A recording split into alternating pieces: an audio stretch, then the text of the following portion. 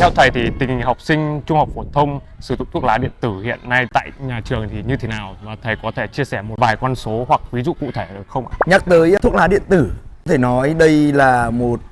cái xu thế chung của giới trẻ nói chung ở tại Việt Nam, và ở trường trung học phổ thông FPT cũng là một trong những cái mối quan tâm lớn của thầy cô, cha mẹ và các bạn học sinh. Ngay từ những cái ngày đầu thành lập, trường phổ thông liên cấp FPT cũng đã xác định cho mình cái quan điểm trước cái xu thế này của giới trẻ. Chúng tôi nhận thấy rằng đây rõ ràng là một cái mối nguy cơ tiềm ẩn đối với sức khỏe của các bạn trẻ, là sức khỏe của thanh niên Việt Nam nói chung cũng như là các bạn học sinh ở trong trường nói riêng. Thì ngay từ những ngày đầu thì nhà trường cũng đã đặt ra cho mình một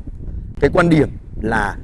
tạo ra một cái môi trường học tập an toàn, lành mạnh, nói không với thuốc lá và thuốc lá điện tử ở tại trường phổ thông liên cấp FPT Bắc Ninh.